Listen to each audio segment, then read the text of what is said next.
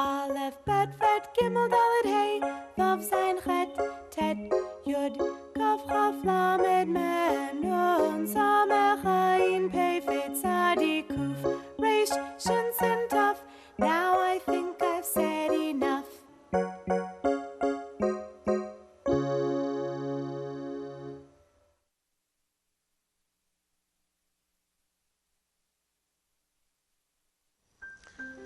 Welcome to another lesson in our series From the Alphabet for anyone of any age who wishes to learn how to read and understand Hebrew, especially the Hebrew that's used in relationship to the Jewish tradition here in America. I'm Mark Golub. As always, it's so wonderful to be with you.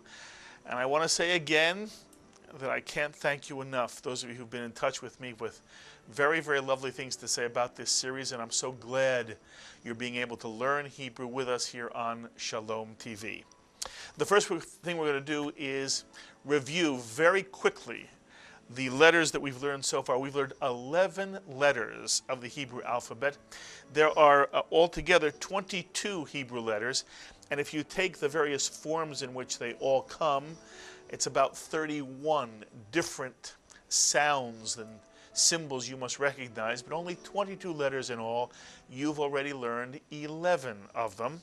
And here we're going to go through them real quickly. And as you see them come up on the screen, see if you remember both the name the letters make and the sounds they make. The first letter you see on the screen is the very first letter we learned. Do you remember its name?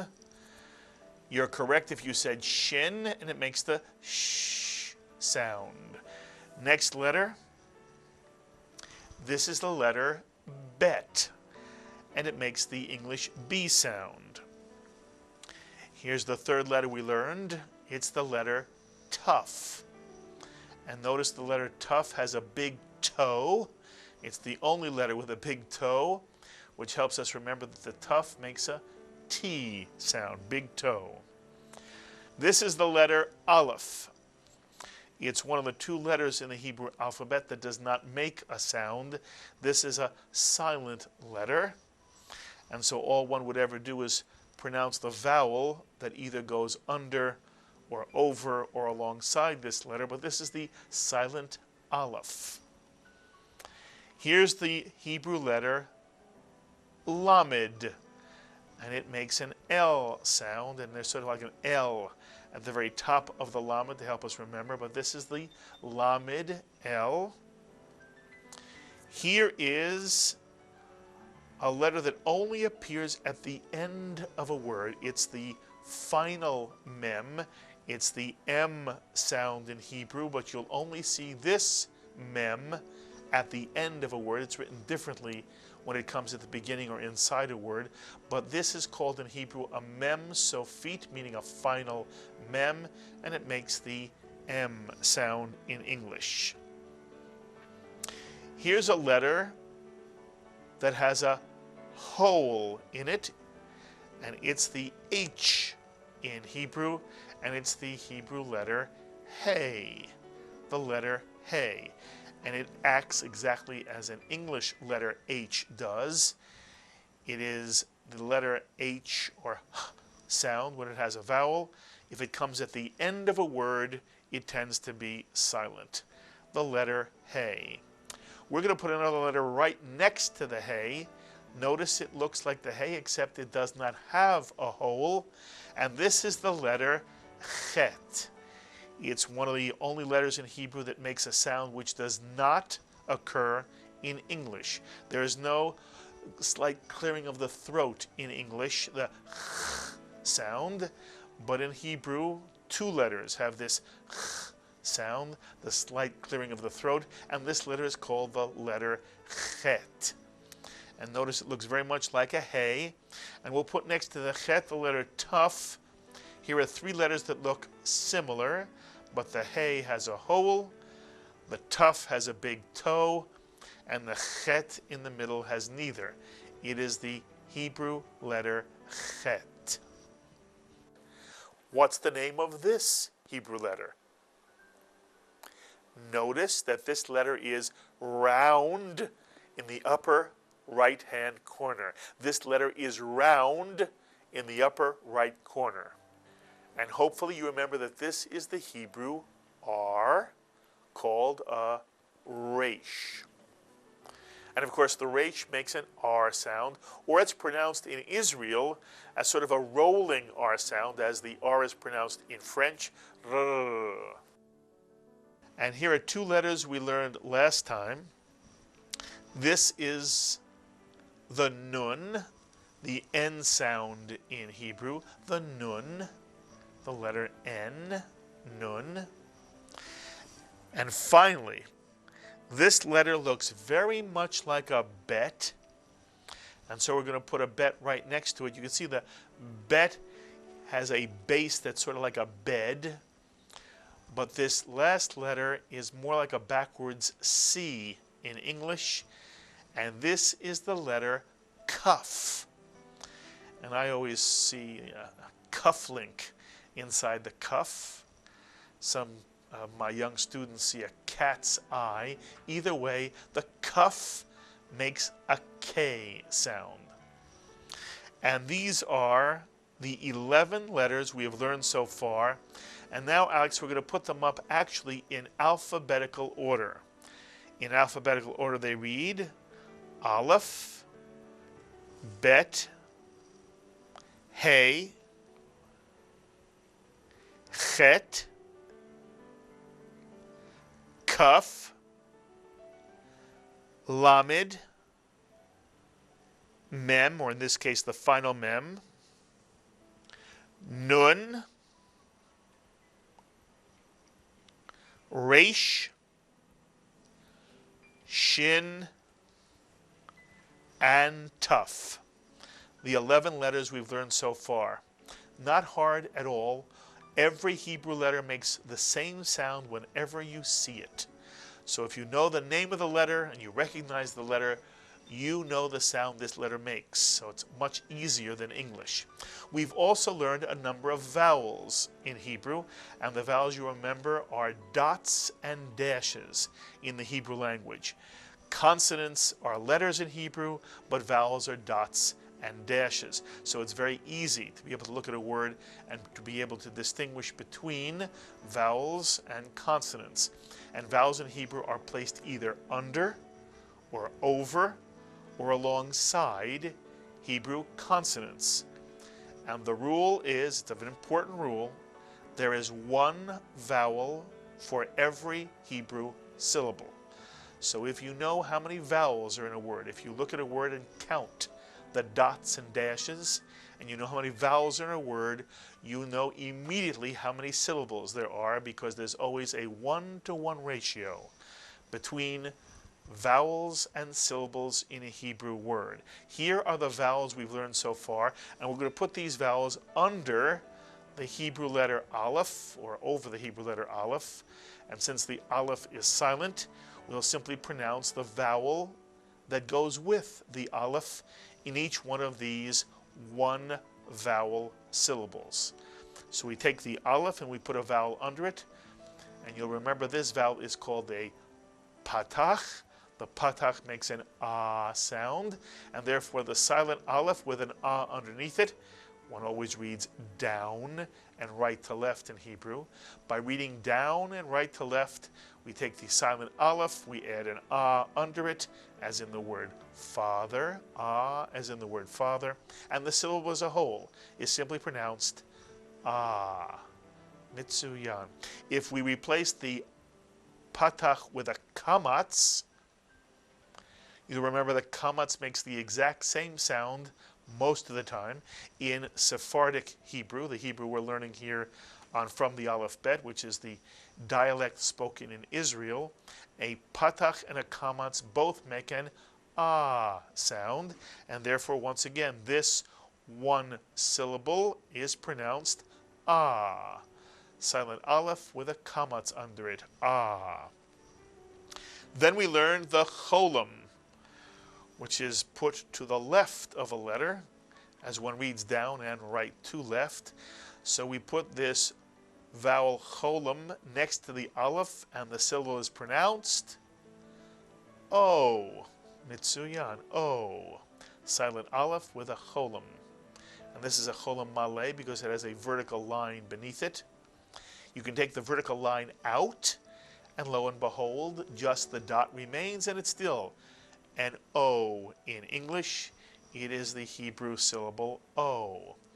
And we talked about how in Israel, Israelis tend to make it a shorter O, almost like O, not O. But either one is correct, O or O.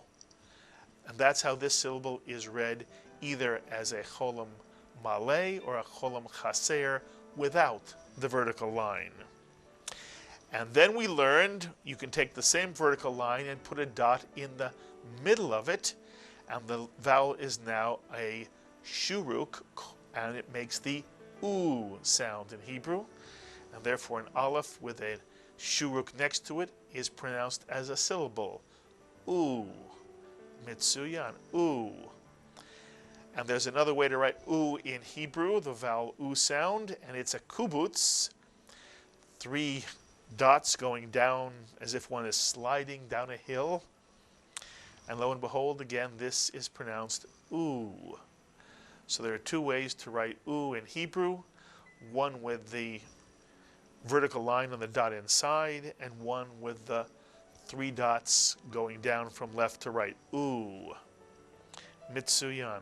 We also learned the vowel segol, which is pronounced as in the word bed in English, and the segol is a triangle of 3 dots, upside down triangle, and if you put this segol under the aleph, it is pronounced as a syllable, mitsuyan,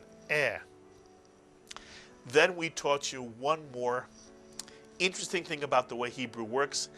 If you've been with us before, you know this is the secret to being able to read and pronounce any Hebrew word. It's the only set of dots which is not a vowel. And here it is on the screen. This is called the sheva. And a sheva is never counted as a vowel.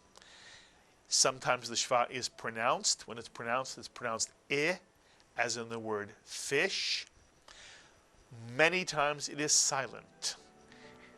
Whether it's pronounced or silent, the sheva is never counted as a vowel. So what does the sheva do? Again, if you've been with us before, you know that a silent sheva extends a syllable by 1 letter, the letter on top of the silent sheva. So let's take 2 lameds. Under the first lamed, we will put a kamatz. Under the second lamed, we put a patach. So we have 2 lameds and the 2 vowels and therefore this 2-syllable nonsense word would be pronounced how? If you said la la, you are correct. This is la la. Every Hebrew letter begins a new syllable unless it has a silent sheva. Since both of these lameds have a vowel under it, each one of these lameds begins a new syllable. And this nonsense word would be pronounced la la. The accent in Hebrew tends to be on the last syllable. La la. Now let's take the patach away from the second lamed and instead put a shva under it. This is a silent shva under the second lamed. And lo and behold, this is now a 1-syllable word, because a shva is never counted as a vowel, and there's always a 1-to-1 ratio between the number of vowels in a word and the number of syllables in a word. So how would you pronounce this 1-syllable word with 2 lameds? And if you said lal, you are 100% correct, and I know it sounds silly, but if you understand that this is lal, you understand the basic block that is used to create Hebrew words. One more time, with 2 vowels, this is la la. But if you replace the second vowel with a shva, a silent shva, It's one syllable, and the second lamed is simply added to the first lamed and vowel to complete one whole syllable, and this syllable is now read lal. Mitsuyan. If you get this, you've got it. You're almost there in terms of being able to read Hebrew words, being able to pronounce Hebrew words. Finally, we learned one little thing that I want to show you as well. Here we're going to put an aleph up with what is called a chataf patach. And it looks like it's an a patach, with a shva next to it. But we learned last time, no. It's really a shva that is given a little more oomph to it. And a short patach sound is added to the shva. So even though it looks like a vowel with a shva, it's actually a shva with a little ah sound given to it. And therefore, this is not counted as a vowel. And we can do the same thing with the segol. Now let's put a segol with a shva next to it. This is a chataf segol. This is really a shva with a segol, giving it a little more body. And if you put a shva with a segol next to it, under an aleph, it's pronounced eh, just as a segol is pronounced eh, except a touch shorter. And I'm going to put a lamed and the vowel o, the cholam chaser, next to the aleph, and this now has one vowel, the o next to the lamed, but it has two sounds. Can you read this one vowel syllable? And if you say elo, you are correct. Elo. And again, it's not elo, it's elo. It is as if it's a grace note, elo. But it's one syllable. To the English ear, it sounds like two syllables, lo. And by the way, it doesn't matter how you pronounce it. If you want to say it, lo, nobody's going to be upset. But it's important for you to understand that it's one syllable. And I told you before, none of this was ever taught to me as a child, and it created problems for me when the words became more complicated. I don't want you to have this problem. I want you to understand, wherever you see a shva, even if it's pronounced, even if there's a vowel sound given to the shva to give it more body, it is not a vowel, it's a grace note. And therefore, once again, what you're looking on this screen is pronounced elo, not elo. This is one syllable, elo. And that's what we've learned so far. We've also learned some words. I'm going to put them quickly up on the screen for you. Then I want to teach you some new letters. Here are words you already know. Let's put them up one at a time, Alex. Yes, this is the most important word in the Hebrew language in terms of Judaism. The rabbis teach us this is the most important event, moment, experience in Jewish life. It's a two-vowel word, it's a two-syllable word, and the word is Shabbat. Shabbat. By the way, what's under the tuf, the last letter? It doesn't look like there's anything there, but actually every Hebrew letter must have either a vowel or a shava. And we taught you before, the only exception rarely is that an aleph sometimes appears with neither. But in virtually every other case, every letter must have a vowel or a shva. So what's under the tuf? And the answer is there's a silent shva, but at the end of a word, silent shva is understood, and therefore in almost all cases it is never written. But you understand that there's a silent shva under the tuf, so that the tuf is added to the last syllable to make the entire word Shabbat.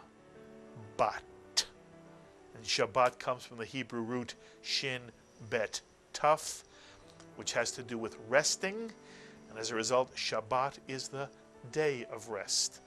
And it's the most important, wonderful, beautiful experience of the Jewish people. It is the foundation of Jewish life. Shabbat, from Friday night at sundown through Saturday night at sundown. The day of family, the day of rest. Here's another word we've learned. It is the second word we learned. It is shalom. Mitsuyan, shalom. It means peace. It's used in Hebrew to say hello and goodbye, but it means peace. Shalom. And here's the word Abba, Father. Mitsuyan, Abba. The next word is, for many, theologically, conceptually, it is also the most important Hebrew word in Judaism. How can there be two most important words? That's Jewish. Here's the second most important Jewish word. It is Torah. The Torah. By the way, the R in Hebrew is either pronounced as an R in English, or you will hear Israelis roll the R. Not quite like a French roll, but a slight roll, so it would be Torah. Torah. And the Torah is the 5 books of Moses, the constitution of the Jewish people, and it means law or teaching. Torah. Here's the word for bread in Hebrew, and it's pronounced lechem. Very, very good. Lechem. The second letter is the chet in Hebrew, lechem. And if a word has 2 segols, the accent tends to be on the first syllable. Lechem. Mitsuyan. And here's a type of lechem that is used on Shabbat, and the word is challah. Mitsuyan. Challah. Not challah. Challah. Gorgeous, delicious, twisted bread on Shabbat, and tends to be round on other Jewish holidays, especially Rosh Hashanah. Challah. And finally, a word with a chataf patach. Take a look at this word, and how many vowels are in this word? Hopefully you only said 2. The shuruk after the nun, and the kamatz under the kaf. And it's a chataf patach under the first letter of the chet, and a shva is never counted as a vowel, and therefore there are only 2 syllables in this word. The first syllable is chanu, not chanu, but chanu, and the second syllable is ka, and you put the word together, you get Chanukah. Chanukah. And of course, it is the holiday of Chanukah, and it means dedication or rededication, as the holiday when the Maccabees rededicated the temple that had been defiled by the Syrians and Antiochus Epiphanes.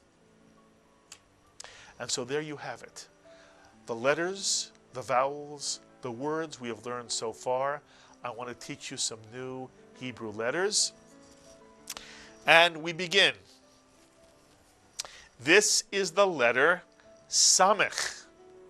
Samech. And it looks very much like a letter you've already learned. It looks very much like the final mem.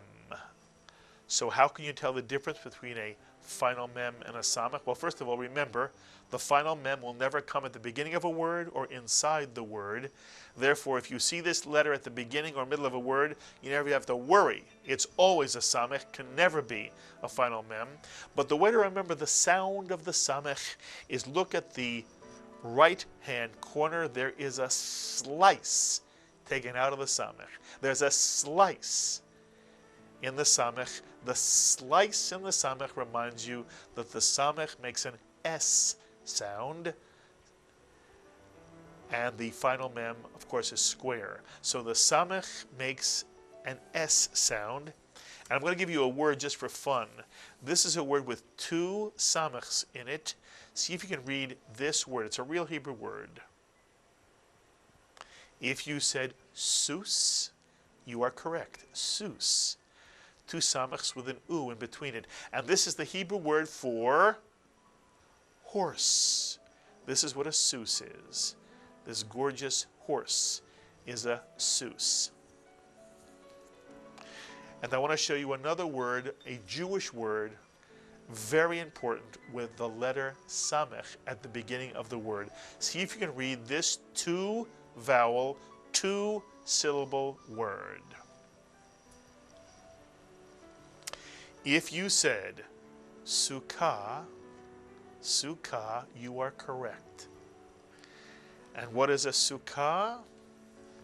Yes, here you see on the screen a sukkah, a little booth covered with foliage and fruit hung on it. And a sukkah was the kind of booth or hut that is used in Israel, was used in Israel during the agricultural season, when people would go out into the fields and live for days out on the field harvesting the crops. And according to the Jewish tradition, it's to remind us of the temporary tents or dwellings the Israelites used as they wandered in the desert for an entire generation, 37 to 40 years, after they left Egypt, the exodus from Egypt, and they went to Mount Sinai and received the Torah, and then they wandered for a generation in the wilderness in temporary dwellings. And the sukkah is to remind us of the temporary dwellings the Israelites lived in during their wanderings in the wilderness on their way from Sinai back home to the land of Canaan, which of course is now the state of Israel. And this is the word sukkah. And the reason why it's so important is we're now going to put another word up on the screen. And this is the plural of the word sukkah. If you add the syllable ot at the end of a Hebrew word, ot, it is like adding an S in English. It makes a Hebrew word plural. This is now the Hebrew word Sukkot, booths. And this is the name of the holiday, the Festival of Booths, the festival when we relive the wandering in the wilderness from Sinai to the land of Canaan, the Samech, Sukkot. Here's another Hebrew letter for you to learn today. This letter is the only Hebrew letter with legs. I call this the galloping gimel. The galloping gimel. The only letter with legs. It makes the hard G sound G in Hebrew. And just for fun, let's put a vowel under the gimel. Let's put a kamatz under the gimel, and you get the syllable ga. Mitsuyan. And if we put a cholam next to the gimel, the syllable becomes go. And it's that simple. By the way, here's a word with two gimels and a kamatz under the first gimel. This is the word gag. Gag means a roof in Hebrew. Just to show you a word with a gimel in it. That's the galloping gimel. Here's a third letter. This is the Hebrew letter Daled. And the way the Daled is written, some people see it as a door that swings open and swings back. In any case, this is the Daled. Notice it does not have a round upper corner as the Resh does. Here you see the Resh next to the Daled. You know the Resh. It's round in the corner. The Daled is not. The Daled is squared. And lo and behold, the Daled is seen by some as a door that opens. It's the English letter D, Daled. And I want to create a word now with these two new Hebrew letters. We'll take the Daled, we'll put a kamatz under it, and we'll add the gimel. And this is a Hebrew word. How do you pronounce it? Dag is right. And dag in Hebrew is the word fish. Dag is the word for fish. And now we're going to use the gimel and the daled in a very important Hebrew word, a word that appears very often in the prayer book. Take a look at this two-vowel, two-syllable word, and see if you can pronounce this Hebrew word. Syllable by syllable. The first syllable is ga. Mitsuyan. If you said ga, you're correct. You would not add the daled to the first syllable because there's no silent shva under the daled. And every Hebrew letter begins a new syllable unless it has a silent shva. So the first syllable in this word is ga. Mitsuyan. And the second syllable is dol. Mitsuyan. Dol. And if you put this word together, you get gadol, mitsuyan, gadol. And gadol expresses largeness in the Hebrew language. So you'll sometimes hear it translated as big or great or large. Any one of those translations is correct for the Hebrew word gadol. Mitsuyan, gadol. And finally, one more Hebrew letter. And this is the equivalent of the English letter Y in Hebrew. And the name of this little, almost like an apostrophe, is Yud. This is the Yud in the Hebrew alphabet. It is the equivalent of the English letter Y. And that means that this Yud acts exactly as a Y does in English. If a Y has a vowel after it, as in the word, for example, yes, the Y is a consonant and makes a Y sound. But if the Y comes at the end of a word in English, as in the word say, lo and behold, the Y becomes part of the preceding vowel. And that is why children are taught that the English vowels are A, E, I, O, U, and sometimes Y. The exact same thing is true of the Hebrew letter Yud. If the Yud has a vowel under it or after it, it's the consonant Y. So how would you pronounce this syllable with a vowel? And if you said yo, you're correct. This is the syllable yo in Hebrew. And we're going to add a final mem to this syllable, and you get, again, a very important Hebrew word, yom. This is the word yom. And yom in Hebrew means day. Yom, day. And very often you'll hear the phrase Yom Tov. Tov means good in Hebrew, but when you put Yom and Tov together, you get the idiom holiday, because a holiday is a good day. Yom is day, Tov. You also have heard of Yom Kippur, the Day of Atonement, Yom. So Yom is a word that is often used in Judaism, and this is how Yom is written, Yom. And finally, one vowel for today's lesson. You already know 3 dots. What if you write 2 dots side by side? This is called a tsere, and it's pronounced A, as in the word say. The long A, or as in the word cake. By the way, in Hebrew, sometimes the tsere is pronounced very much like a segol, eh.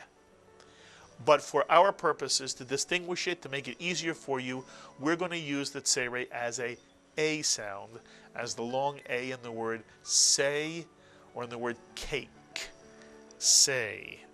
If that's true, how would you read this one vowel word? And if you said ne'er, you are correct. Ne'er. And some of you will remember that word from the blessing. Baruch atah Adonai Eloheinu melech haolam asher kiddushanu b'mitzvotav b'tzivanu lahadlik ne'er shel, and then a holiday. Sometimes Shabbat, sometimes Yom Tov, a holiday, and sometimes Chanukah, when we light the menorah or Chanukiah. Ne'er is the word in Hebrew, candle. Ne'er is candle. So here are the words you've learned today. These are words you now can read and understand. First, take a look at this word. The word is sukkah, and it is a booth or a hut. Here's the next word, sukkot, mitsuyan. It is the plural of sukkah, and it refers to the festival of booths, celebrating the wanderings of the Israelites after they left Mount Sinai on their way to the land of Canaan. And the next word, gadol, great, big, or large. And I want to show you two words and see if they ring a bell to you. Here's a new word. It's sort of like neir, which means candle, but we're going to use the new letter, the samech. How would you pronounce this one-syllable word? Nace is correct, and a nace is a miracle. Nace is miracle. And if that's true, how would you translate these two words together? Nace gadol. Nace gadol. And if you answered a great miracle, you are correct. In Hebrew, the adjective follows the noun. It literally is miracle big, but in English we would say a big miracle or a great miracle. And of course, those are the first two words that appear on the dreidel. Here are the next two words. You can read both of them. If you said haya, you are correct. Haya is the verb to be in the past tense, and it tends to be translated happened, although it really means was. And here's the last word you can read. Sham is correct, and we taught you already, sham means there, as in over there. So here are four words, the four words that appear on the dreidel. You now can read them and understand them, and see if you can pronounce them. Nes, gadol, haya, sham. A great miracle was or happened there. Nes, gadol, haya, sham. There you have it. Today's lesson, you've learned 4 new Hebrew letters and the vowel tsere, the vowel A, and you can now read more and more of the Hebrew words that go into the experience of Judaism here in the United States and really throughout the world. I hope you enjoyed that lesson of From the Aleph Bet, and remember, you can download lesson sheets and worksheets for every lesson of this series free of charge. Just visit the JBS website homepage at jbstv.org and click on the program icon for From the Aleph Bet. And then click on the very first option, From the Aleph Bet Hebrew Study Sheets. And for anyone who can send JBS a tax-deductible donation of $180 or more, we'll be pleased to send you the entire 20-program Series 1 of From the Aleph Bet on DVD, complete with a CD of lesson sheets and worksheets. JBS, expanding Jewish understanding, celebrating all things Jewish. Be well, my friends. Aleph, Bet, Vet, Gimel, Dalet, Hey, Vav, Zayin, Chet,